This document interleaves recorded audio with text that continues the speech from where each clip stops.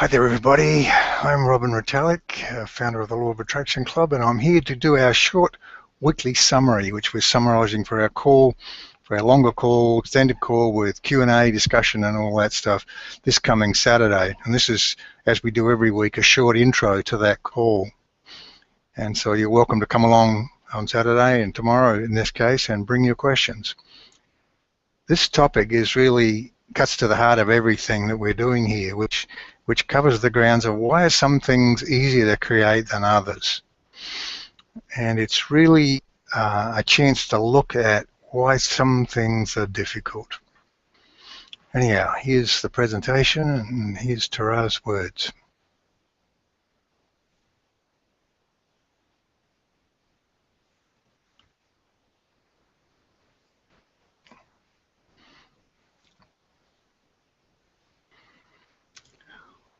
Why do some things feel easier to create than others?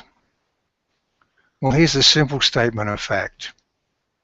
It's as easy to create a galaxy as a hot meal. So let's pick apart these two different sorts of creation to see what's similar and what's different about them. Now we understand that what follows here may be a challenge to the way you normally look at things. That is our intention. We want you to start seeing things in a whole new light, as they really are, instead of the way they appear to be in your space-time world. If you can begin to get your mind around this, you'll never look at things in quite the same way. Before we start, let's revisit the facts of life. The nature of things, you, all it is, the law of attraction, all of this is logical and elegantly simple. However, choosing what you want and creating it can be difficult or easy. It is what you make it to be, because you are not only creating your world, you are also creating how you create. As soon as you stepped away from the totality of all that is, as soon as you began to experience things as an individuated consciousness, you entered the realm where everything is your creation. The only absolute principle at work here is that energy flows inherently in such a way that even as you create you, a matching context appears around you. It's the stage on which your story plays out, in infinite versions without limit. When you choose to go right at the fork, an equally valid version of you goes left. Both versions exist, although by the current nature of your consciousness, within each version of reality, you mostly perceive only one. Right now, you're probably aware of only one version of you. As you make a new decision, you step into a new version, and a matching version of everything and everyone wraps itself around you. What that looks like is our classic definition of the law of attraction, which is you attract into your experience, unique to you, moment by moment, that which matches the sum of your chosen beliefs and expectations. So now let's look at what you probably consider the easier of those two creation opportunities, the hot meal, in the light of what's really going on here. How do you go about it? Well, typically you would say you go to the refrigerator and get out the food. You go to your kitchen drawer for your knives and utensils. You slice and dice the food. You put it in containers for cooking and put it on the stove or in the oven. After the right amount of time, you put it on plates and serve it. That's the story. Now remember those words from above. You create everything moment by moment.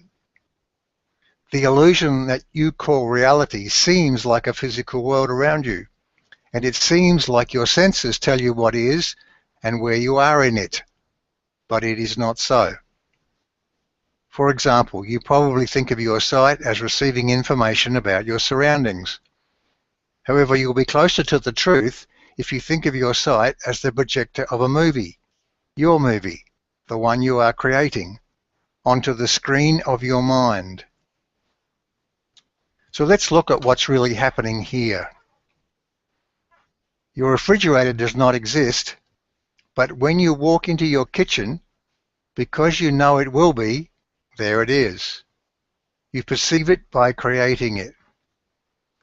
You create it and everything else in your world on the fly. When you open the refrigerator door, there's the food, but only because you knew it would be. Everything appears and behaves as you know it will. The refrigerator keeps the food cold and fresh because that's what you believe about it. The stove and the oven get hot when you turn them on, and the food changes as it heats up. You call that cooking. All of this happens because these are certainties you have stored away in your tapestry of expectations. So right about now, your autopilot mind, what Mary Beth calls the monkey mind, may be yelling at you, this cannot be true. This world looks so real and flowing and continuous and solid. And yet it is true. This is the way you are creating it. You expect it to be this way, and it is. We promise you that if you did not have these beliefs, the refrigerator and the food would not be there. There is no absolute version of a physical stove that can cook food. You and you alone bring all of this into existence moment by moment. This is how powerful you are. So now let's look at creating a new galaxy or two. In the same way as you knew in advance what the cooked food would look like, have you stored in that autopilot mind of yours what this galaxy will look like? And in the same way as you stored the ritual of preparing and cooking food, have you stored the recipe for creating galaxies? For most of you, the answers will be no. So what is your autopilot telling you about this particular creation opportunity? It's probably something like, you've got to be kidding. So not only are you on your own with this one, but your autopilot is telling you it can't be done. We have arrived at the stark difference between these two opportunities. This autopilot mind is where you have stored all your truths and your automatic reactions and responses. You have taught it all these things. It knows no other way of doing things except what you've taught it. It's your genie in the bottle. In most ways, it serves you brilliantly. You could not function without it. But there's a few choices you've made that are no longer serving you. And if you want to create more fun in your life, you're going to have to change some of that old story. It will take a little focus and attention. What you will be doing is the equivalent of either retraining or just plain overriding that autopilot. Now think back to when your autopilot was shouting, this cannot be true. What was really going on there? Was it saying, this is not logical? Well, at first it might feel that way, but remember, it knows only what you have taught it. So here's the important thing to get your mind around. It is not an independent judge of all things logical. All it can be saying is, this is not what you've taught me. So now the questions for you become, what is the truth of all of this? What is logical? And if it's new news, how then do I change my expectation tapestry? So what is logical? Well, each of you will need to make your own choice about this. We understand there are many, many different explanations of the nature of who you are and what you're doing here. There's the physical-only story. There are all the different organized religions. There are many spiritual explanations. Many of these are incredibly detailed and complex. Many are, as you might expect, extrapolations into non-physical from what you know of your space-time world, with domains and boundaries and numbers of this and that and hierarchies and levels. We submit that it is much more simple than that. The only thing that may seem complex at first is that you have, to some extent, to unlearn some of the ways you've learned to think in the physical world. As we have interacted with those in this community, we have redefined and will continue to redefine what we call the absolutes and the law of attraction. With each new understanding, the picture has simplified to the words we used at the start of this discussion. It provides a logical basis for answering every question you pose at us. We offer it as about the best, as good an explanation as you can possibly get. In this, as in all things, let your feelings be your guide. They are infallible. And if you decide that we are onto something here, then now you have your own logical basis for understanding the creative process. We invite you to contemplate this for a while here. Start to encourage that understanding within you. This is a great starting point. Can you begin to see how it can work?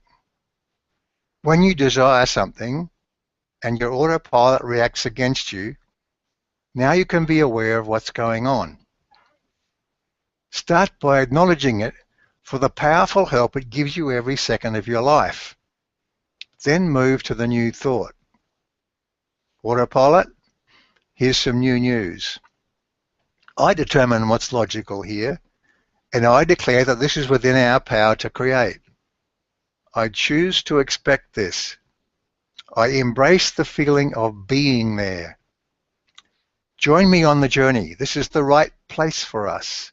Let's go together. The mechanism of creation, you see, is the same for the hot meal as it is for the galaxy. The difference is only what you have within you, stuck back there in that expectation tapestry. You made those old choices, and now it's time for some new ones. Let's return here to some words you might have missed as we opened. You're not only creating your world, you're also creating how you create it. Do you get the significance of that? You're not only playing the game, you're creating the rules. We've given you here some thoughts and mechanisms, but ultimately you are the creator of it all. If it feels good, take it and run with it. But above all, make it your own, because that is your preordained right. You are always a choice. Choose first, second, third, and always that which feels good, because without that, you are stepping away from who you are. We look forward with great joy to your questions, and for now, we are complete.